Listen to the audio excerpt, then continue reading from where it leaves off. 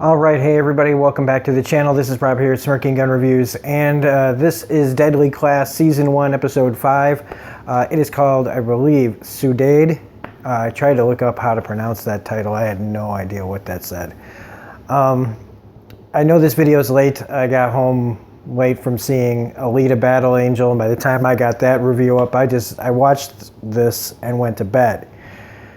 And so I rewatched it just now, just to get everything straight in my head, because wow, what a fucking awesome episode. It seems like every review I say that episode is now my favorite episode, and I'm going to say here again that this episode has now become, this is my favorite episode now. Episode 4 was my favorite episode. Episode 3 was my favorite episode. And so on and so forth. But episode 5, oh my god. Just amazing. And again, mashing up different things that work and making it insane. And I got the first trade of Deadly Class.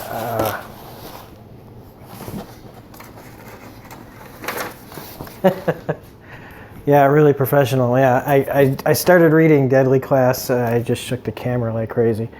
Deadly Class. Pretty accurate so far to the series. Follows the book. The show follows the book really well, except for Lynn. Of course, does not look anything like the character in there. But just wanted to mention that. So let's talk about this. So this is basically the Fear and Loathing in Las Vegas meets, the Brat Pack or whatever, the Rat Pack, really.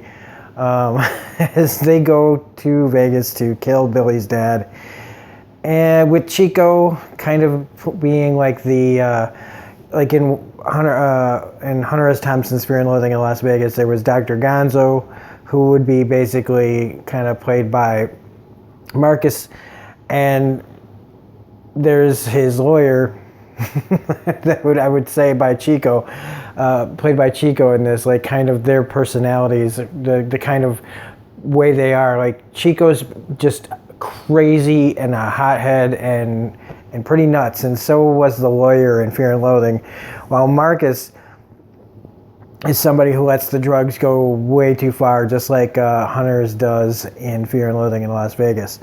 The visuals in this are absolutely just unbelievable.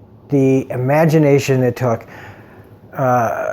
in this just one episode. And in fact, because of this episode, this show has now been elevated to me to stuff like, compare it to as good as Legion at this point. As good as Mr. Robot at times, especially with the soundtrack. This show uses its soundtrack and score so appropriately. It makes me think of the music that they use and when they use it in Legion and Mr. Robot quite a bit. But this show did elevate it to just kind of at least Legion level, like insanity. In the way that they took so many chances and tried so many cool things as far as shooting this episode that I can't. It's almost too much to talk about, because I could sit here and just point out everything that happened in the episode as far as like tripping out. But like, I mean, they went from just different styles of animation one by one, just like crazy town. And then just all the unique little visuals that made me think of Fear and Loathing in Las Vegas. In fact, just like in Fear and Loathing, there's a pseudo cameo of Hunter S. Thompson walking past the camera really quickly. Just like I thought that was pretty cool. And the acid that he takes, man. I felt like I was on the same journey as Marcus. Like it just wouldn't end. And I really like that you couldn't trust the narrative. You didn't know if he was in any kind of trouble, or was he just in the hotel room this whole time? I'm still not 100% on that, but I thought that the way that they did all this was just fantastic. And also just how it just can change and turn on a dime on you. So like all of a sudden, once Chico gets involved, this turns into like a nightmare on drugs, you know, situation. Like I don't know of any movies out there that have like somebody really, really high going through kind of like an action scene. Unless you count like Crank or something like that, but that's just his heart rate. He's not on drugs. Oh, maybe he is on coke, some of that movie, but I've never seen it done like this. And I just gotta say, like, it brought more attention to it, like realizing that everybody is like fucking out of their minds on drugs right now is pretty crazy. But let's just get to the thing I really want to talk about, and that is Chico. So I believe I said full spoilers. So finally, I guess this was his moment. And in some ways, Chico is more of what the school wants them to be than any of them, or at least he's the final result of a school that's been going off the rails, and this group is kind of maybe more like the way the school used to be.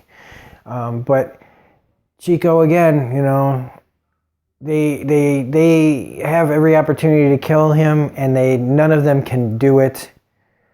And until finally he goes to kill Marcus, and that's when Maria finally fucking cuts his throat, and then it starts playing Depeche Mode. I just loved the music in this again. I know I'm rambling almost about it, but the music was so damn good and effective. In an episode where everything is pretty much an acid trip, it's necessary to follow the mind of the character.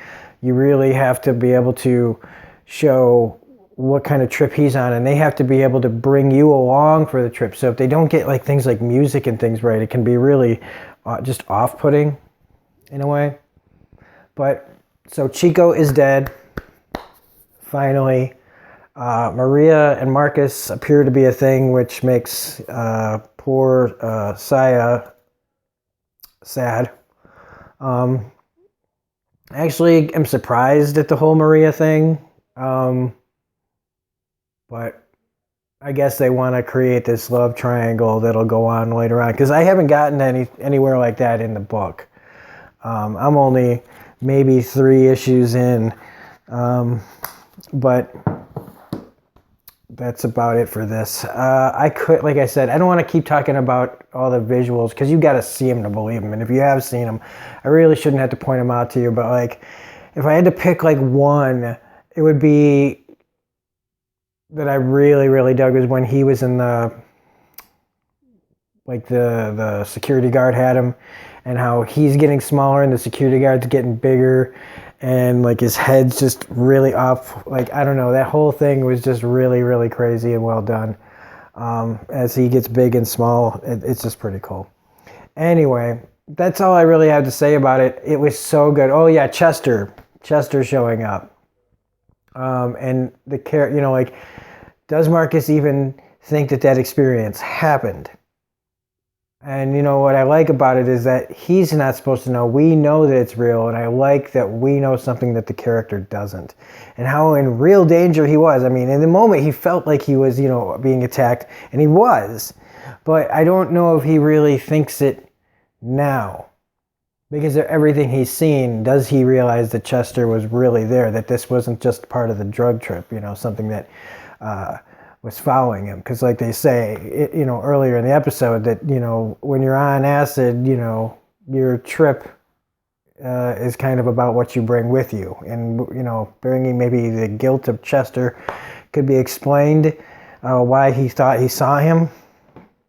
Chester, by the way, I want to point out to a commenter earlier in this season where supposedly Chester wasn't banging the goats.